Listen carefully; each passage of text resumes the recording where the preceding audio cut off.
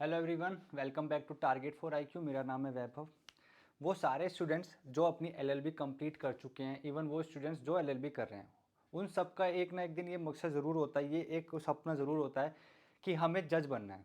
उस प्रयास में साल भर वो मेहनत करते रहते हैं, अपना 100 टू क्या 200% देते हैं कि बस एक बार हम जज बन जाएं, उसके बाद हमारी लाइफ सेट और हम न्याय देंगे।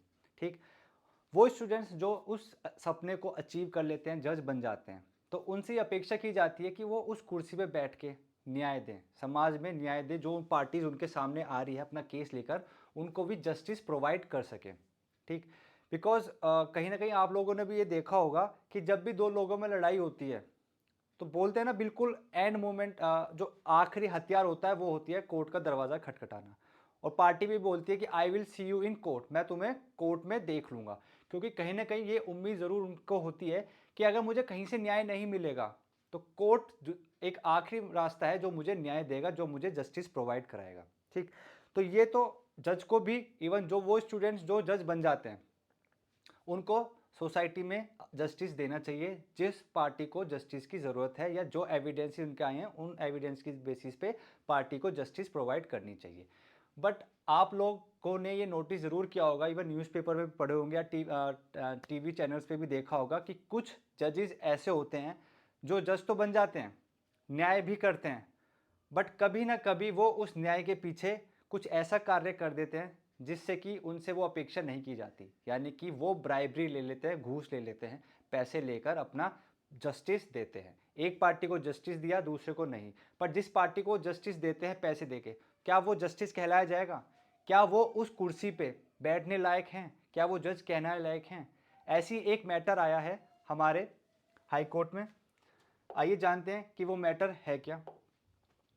केस का नाम है Nirbhaya Singh Sulia versus the state of Madhya Pradesh. ये मध्य प्रदेश का केस है। ठीक, पहले जान लेते हैं फैक्ट्स में हुआ क्या था। The petitioner was appointed as civil जज ऑन 31 अक्टूबर 1987। यानी कि पेटिशनर यहाँ पर कौन है? सिविल जज है। यानी कि ये जो पेटिशन फाइल करी है ये एक सिविल जज ने करी थी, जिनका अपॉइंटमेंट एज अ सिविल जज हो गया था 1987 में। यानी 1987 बैच के ये सिविल जज थे। Subsequently, the petitioner was promoted as CJM and thereafter was promoted on a selection basis as additional district and session judge. फिर बाद में इनका प्रमोशन हुआ। प्रमोशन होने के बाद ये CJM बने और फिर इंटरनल प्रमोशंस होते हैं, उस बेसिस पे इनको एडिशनल डिस्ट्रिक्ट एंड सेशन जज अपॉइंट कर दिया गया। इन 2011 जयपाल मेहता फाइल्ड एक कंप्लेंट अगेंस्ट द पेटिशनर। यानी कि 2011 में जो जयपाल मेहता जी थे, उन्होंने सिविल जज जो पेटिशनर थे उन पे एक कंप्लेंट दायर कर दी। किस ग्राउंड पे?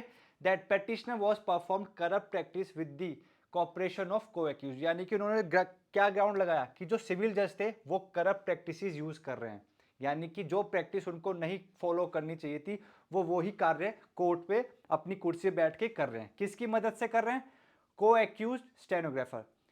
स्टेनोग्राफर जो जजेस की मदद करते हैं, उनके जो कोर्ट में बैठे रहते हैं, उनकी सहायता से जो हमारे जज साहब हैं वो अपने करप्ट प्रैक्टिसेस यूज कर रहे हैं।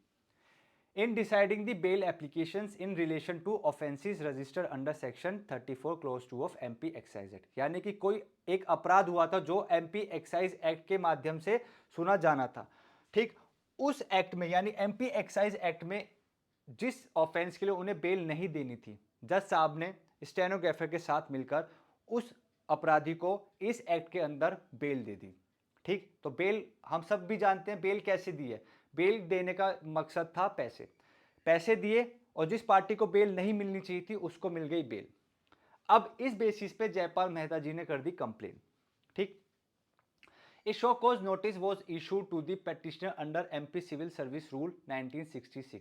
अब जो एमपी के सिविल सर्विस रूल थे 1966, इसके अंतर्गत उनको शो कॉज नोटिस भेज दिया गया। यानी कि जो सिविल जज थे, जो एडिशनल डिस्ट्रिक्ट एंड सेशन जज बन चुके थे, उनको शो कॉज नोटिस भेज दिया गया। किस रूल्स के अंदर? MP civil services rules. Informing the petition that the High Court proposes to take disciplinary action against him. अब उस शो कॉज नोटिस में यह भेजा गया कि जो हाई कोर्ट है उनके अगेंस्ट डिसिप्लिनरी एक्शन लेने वाली है। तो शो कॉज नोटिस में यह होता है कि आपके अगेंस्ट हाई कोर्ट डिसीजन लेने वाली है, तो आप अपनी तरफ से यह बताइए कि आपके अगेंस्ट हाई कोर्ट डिसीजन क्यों न ले। यानी कि आप पे चार्जेस लग गए, आपको हमने गिल्टी मान लिया है, बट आप अब ये बताइए आपके अगेंस्ट हम चार्जेस जो लगाए हैं वो क्यों ना लें, आपके अगेंस्ट जो स्टेप हमें लेने चाहिए वो हम क्यों ना लें। ये शोकॉज नोटिस भेजा गया एडिशनल डिस्ट्रिक्ट एंड सेशन जज को। Shri Abhinand Kumar Jain district and session जज was assigned to act as inquiry authority. और वो जो डिसिप्लिनरी एक्शन चल रहा है उसमें जो इंक्वायरी बैठेगी, उस इंक्वायरी के जो हेड होंगे उनका नाम था श्री अभिनंद कुमार जैन, जो कि हमारे डिस्ट्रिक्ट और सेशन जज थे। After proper inquiry procedure, inquiry report was file to the principal registrar High Court of MP. यानी कि मध्य प्रदेश की जो हाई कोर्ट है जबलपुर में, ठीक, वहां पर जो प्रिंसिपल रजिस्ट्रार थे उस हाई कोर्ट के, उनको जो इंक्वायरी हुई थी, जो इंक्वायरी स्टार्ट हुई थी, उसकी जो रिपोर्ट बनी, फाइनल रिपोर्ट कि हमने इनको दोषी पाया या नहीं, वो फाइनल रिपोर्ट किसको भेज दी गई? प्रिंसिपल रजिस्ट्रार को। Thereafter, petitioner was served with the show cause notice and was asked as to why the inquiry report be not accepted and why he should not be punished.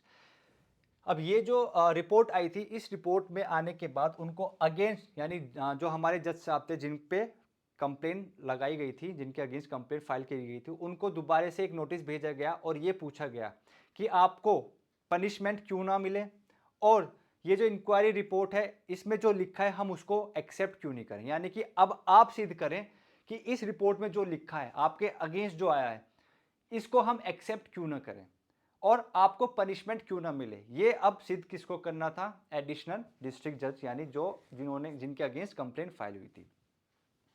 अभी जब case चल रहा था ना, इस case में जो वकील साहब थे, जो जज साहब को रिप्रेजेंट कर रहे थे, उन्होंने बोला कि जब ये डिसिप्लिनरी एक्शन बन रही थी वो और अपना काम कर रही थी, इस दौरान जो विटनेसेस थे, उन विटनेसेस को ढंग से सुना नहीं गया।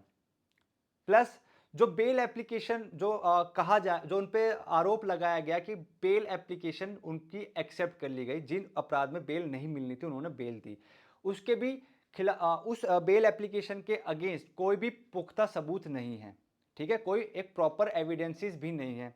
तो क्यों इन जज साहब को इनकी जो पोस्ट है वहां से उनको क्यों रिजाइन करा जा रहा है, ये उनके अगेंस्ट बोला गया। यानी कि जज साहब के जो एडवोकेट थे उन्होंने इस 2 पॉइंट पे क्वेश्चन किया कि जब मेरे जज साहब के अगेंस्ट कोई भी, यानी मेरे क्लाइंट के अगेंस्ट कोई भी एक प्रॉपर एविडेंस नहीं है और विटनेसेस को डिसिप्लिनरी एक्शन के टाइम, डिसिप्लिनरी इंक्वायरी के टाइम विटनेसेस को प्रॉपर तरीके सुना नहीं गया, तो ये जब लैकुनाज हैं, ये जो कमियां हैं, इस बेसिस पे इनको पोस्ट से नहीं हटाया जाए।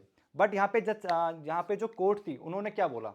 कोर्ट ने बोला कि जो बेल एप्लीकेशन है, ठीक है, हमने मान लिया कोई भी डायरेक्ट एविडेंस नहीं है बेल एप्लीकेशन से रिलेटेड कि बेल दी गई, बट जो बेल ऑर्डर पास किया है उस बेल ऑर्डर को पढ़ने से साफ साफ ये पता चल रहा है कि इन अपराधों में बेल तो मिलती ही नहीं है, बट बेल दे दी गई। जहां तक बात रही डिसिप्लिनरी एक्शन में कि विटनेसेस को सुना नहीं गया, वहां पे कोर्ट ने ये बोला कि ये डिसिप्लिनरी एक्शन, यानी डिसिप्लिन कमेटी का एक फैसला होता है कि वो अगर चाहे तो किसी विटनेस को सुने, वो अगर नहीं चाहते तो दूसरे विटनेसेस को नहीं सुने। ये टोटली उनका डिस्क्रिशनरी पावर है, इसमें हम कुछ नहीं कर सकते। ये सब आर्ग्यूमेंट्स हो जाने के बाद कोर्ट का डिसीजन आया। The division bench of acting Chief Justice Sanjeev Sachdeva and Justice Vinay Saraf observed, considering the material available in present case, it is apparent that the petitioner was holding the post of additional session judge, with which comes a great responsibility। यहाँ पे जज साहब ने, यानी कि जो case को सुन रहे थे हाई कोर्ट में, एमपी हाई कोर्ट, उन्होंने ये बोला कि जज साहब एक ऐसी पोस्ट पे बैठे थे जिस पोस्ट पे उनको अपने काम के साथ साथ एक जो रेस्पॉन्सिबिलिटी आती है उस रेस्पॉन्सिबिलिटी को अच्छे से डिस्चार्ज करना चाहिए। ठीक, ग्रेट पावर के साथ साथ हमेशा ग्रेट रेस्पॉन्सिबिलिटी आती है और हर एक इंसान का कर्तव्य बनता है कि वो उस रेस्पॉन्सिबिलिटी को अच्छे से डिस्चार्ज करे, अच्छे से अपना काम करे। And he was under obligation to conduct himself in a manner befitting the post of held by him. यहाँ पे भी वही बोला कि जिस पोस्ट पे वो थे उस हिसाब से उनको वो कार्य करना चाहिए था। He was under duty to conduct the proceedings of bail applications in conformity with the provisions of law. यानी कि यहाँ पे बेंच ने बोला है कि लॉ में जो लिखा है कि किन अपराधों में आपको बेल देनी है, किन अपराधों में बेल नहीं देनी, तो जज साहब को उसी लॉ के अकॉर्डिंग अपना काम करना था, यानी बेल देनी थी। बट यहाँ पे उन्होंने उल्टा कर दिया, यानी कि जो लॉ में लिखा है उसके विपरीत जाकर उन्होंने बेल एप्लीकेशन को डिसाइड किया। He extended the benefit of bail to some applicants and refuse to grant bail to others. यानी कि इस मैटर में ऐसा हुआ, जिन्होंने पैसे पहुंचाए उनको तो दे दी गई बेल और जिन्होंने नहीं पहुंचाए उनको बेल नहीं दी। ठीक, No violation of principle of natural justice or error is found in the procedure followed in the inquiry in the present case. जब ये मैटर उठा कि विटनेसेस को प्रॉपर तरीके से सुना नहीं गया, आपके पास हमारे क्लाइंट के अगेंस्ट कोई भी एविडेंसेस नहीं है, तो आप किस ग्राउंड पर जज साहब को उनकी पोस्ट से हटाना चाहते हैं? तो यहाँ पे बेंच ने बोला है कि ये जो प्रोसीजर फॉलो किया गया कमिटी के द्वारा, इसमें किसी भी प्रकार का जो नेचुरल जस्टिस का जो प्रिंसिपल्स है, जो सिद्धांत है, उसमें कोई भी छेड़छाड़ नहीं करी, कोई भी वॉयलेशन नहीं किया गया और ना ही इस डिसीजन में कोई भी एरर हमें पाया गया है। The Madhya Pradesh High Court upheld the removal of additional district judge for appointing double standards in the matters of granting bail. और जब ये डिसीजन आ गया तो बेंच ने वो जो जज साहब थे जिन्होंने बेल ऑर्डर पास किया था पैसे लेकर, उनको उनकी पोस्ट से बर्खास्त कर दिया गया, उनको वहां से हटा दिया गया।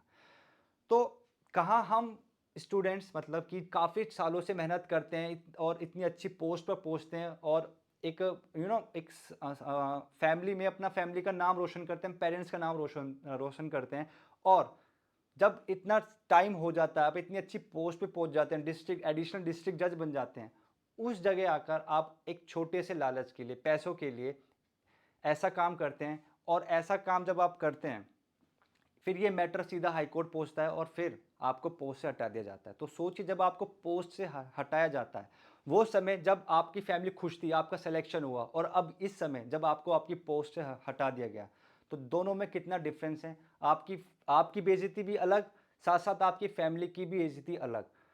तो मैं इस वीडियो के माध्यम से यही बोलना चाहूँगा वो स्टूडेंट्स जो जज बने या एपीओ बने या कोई भी गवर्नमेंट जॉब में जाएं, जो उनका पर्पस है जस्टिस प्रोवाइड करना, ठीक सोसाइटी में एज अ पब्लिक सर्वेंट अपना काम करना, वो ईमानदारी से करते रहें। ये छोटे टाइम की जो खुशी मिलती है पैसे लेकर, उस चीज़ से दूर रहें, अन्यथा रिजल्ट आप जानते हैं क्या होता है। मिलते हैं नेक्स्ट वीडियो में। Thank you.